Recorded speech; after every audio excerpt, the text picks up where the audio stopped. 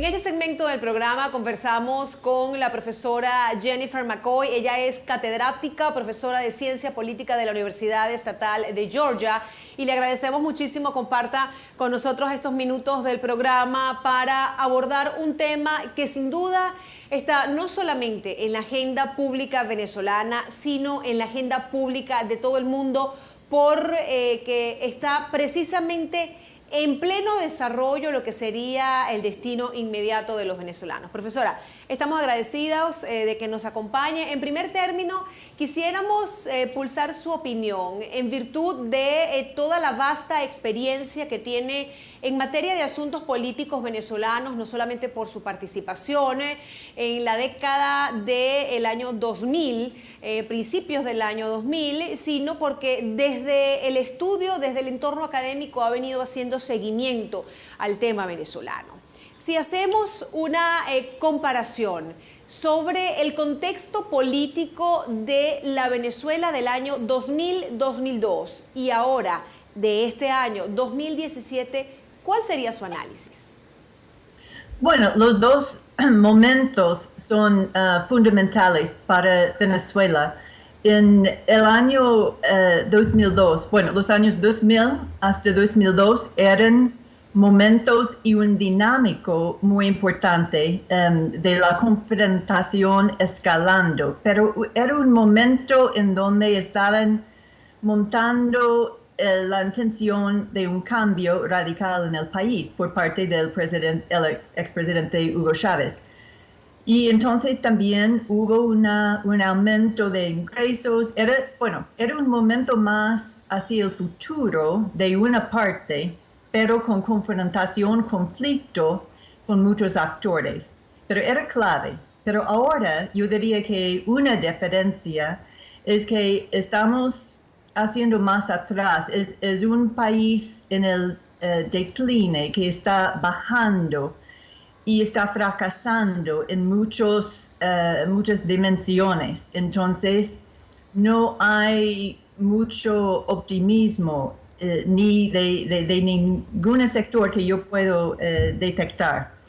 Los problemas son tan fundamentales. Entonces, yo diría que hoy en día esos son momentos fundamentales. Las decisiones de todos los actores nacionales, además internacionales, son claves para los próximos pasos para el país. Hay un elemento que sin duda tiene un peso específico para ir en esta misma línea del análisis que usted nos está ofreciendo, y es que en el año 2000, a principios del año 2000, hubo in situ una fuerte participación de mediadores internacionales, como fue el caso del Centro Carter, situación que en este momento no se observa más allá de la que fuera de Venezuela intentan promover países miembros de la Organización de Estados Americanos. Sí, otra diferencia es que al principio de la década 2000, era mucho más consenso adentro de la comunidad internacional en términos de la promoción y defensa colectiva de la democracia. Entonces, teníamos las Naciones Unidas, la Organización de Estados Americanos, y con casi todos los miembros con un consenso sobre la importancia de promover no solamente la paz, pero la democracia. Y fue más fácil montar un esfuerzo colectivo internacional de mediación. Hoy en día, después de 15 años de no solamente polarización adentro de Venezuela, pero también adentro del hemisferio, ha sido una polarización. Ha sido mucho más difícil montar un consenso sobre cómo se debería ayudar a los países vecinos proteger o defender sus derechos humanos y la democracia. Y entonces también ha surgido nuevos actores como UNASUR, como CELAC, organizaciones en el hemisferio que no incluyen Estados Unidos y Canadá. Y también ha surgido el actor del Vaticano como una nueva posibilidad de mediadores. pero ha sido mucho más difícil conseguir este consenso en cómo reaccionar desde el punto de vista internacional. ¿A qué cree usted que se debe esa dificultad? Bueno, la polarización en un sentido importante era intencional del expresidente Chávez como parte de su estrategia política hacia política internacional, de cambiar el sistema internacional hacia uno mucho más multipolar. Y en esto él promovió el poder y la unidad del sur, de los países del sur, en frente de los países del norte y sobre todo hacia los Estados Unidos. Y también promovió nuevas visiones ideológicas de la democracia y la economía. Y entonces eran diferencias de visiones ideológicas entre los países del hemisferio, pero también mucho más pragmática era el uso de los ingresos petroleros para ayudar a otros países, y eso era un uso diplomático de parte de Venezuela que ayudaba a crear aliados adentro de las organizaciones internacionales como la OEA y las Naciones Unidas. Ahora, en este análisis comparativo, sin duda, y yendo en función de ese pragmatismo al que usted hace referencia, hay un elemento que sin duda debe ser objeto de este análisis, y es qué tan cerca o qué tan lejos estábamos a principios de la década del 2000 y ahora a mediados de esta década del 2010 del comunismo. Bueno, claramente en 2000 no habían visto los cambios económicos en Venezuela todavía, estaban empezando. También era una época de precios bajos de petrolero en esa época también, pero estaban empezando a crecer. Ahora estamos otra vez en bajos precios y yendo hasta más abajo. Pero hemos visto entre estos 15, 17 años un aumento muy importante del papel del gobierno del Estado en la economía venezolana. Entonces hemos visto muchas nacionalizaciones y expropiaciones de propiedad privada. Entonces ha sido un cambio muy grande en la economía y un descrecimiento de la productividad económica del país. Eso es uno de los problemas grandes. Antes de finalizar este segmento, quisiera que en este análisis retrospectivo y comparativo que usted nos está ofreciendo, nos ofreciera una valoración de lo que es en este momento y lo que fue entonces la sociedad civil, asimismo como el liderazgo opositor. Perdón, ¿cómo está diferente la sociedad civil y la oposición política? ¿Cuál es su valoración en este momento de lo que fue en la década del 2000 la sociedad civil y lo que es hoy día la sociedad civil, y asimismo el liderazgo opositor, lo que fue entonces y lo que es ahora? Ok.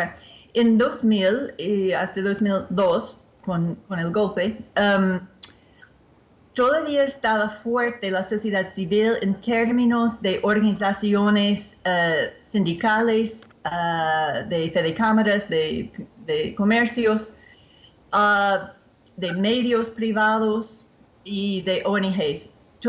Estaban fuertes y tenían la capacidad de reaccionar a algunas de las políticas públicas del gobierno de Chávez.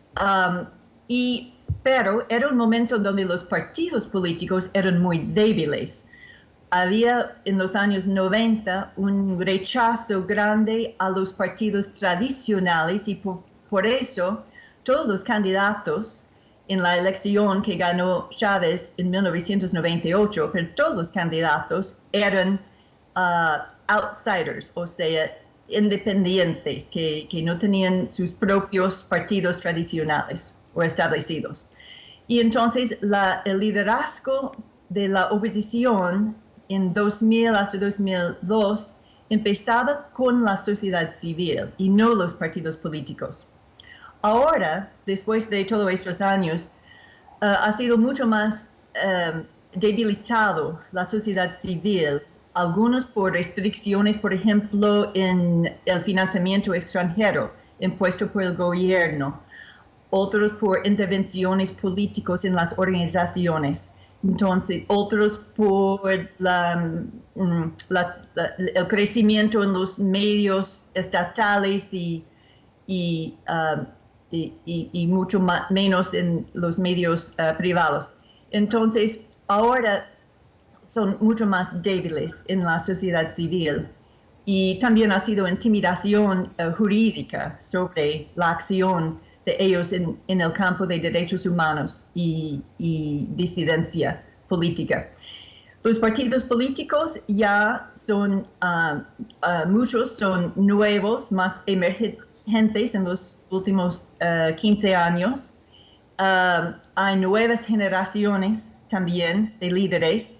Ha sido un desafío grande para ellos crear un consenso entre ellos, una unidad sobre estrategia, porque incluye la coalición, ahora de la MUD, antes era de la Coordinadora Democrática, incluye muy diversas ideologías y puntos de vista, entonces eso siempre es difícil conseguir un consenso. Además, hay un consenso en contra del gobierno y que el gobierno debería cambiar, pero no hay consenso exactamente en qué debería reemplazar.